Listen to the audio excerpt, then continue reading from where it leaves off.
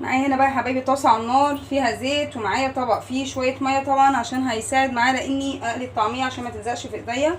ومعايا بقى طبعا عجينه الطعميه. الاول هنقلي الطعميه اللي هي بالسمسم الاول. تمام.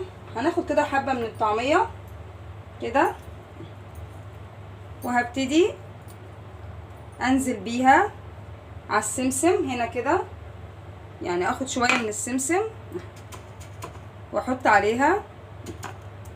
تمام بالشكل ده كده. يا رب تكون واضحه ليكم. تمام.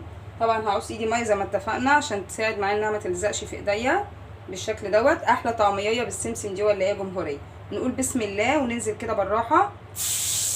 اضرب اديله. هنعمل برضو كمان واحده.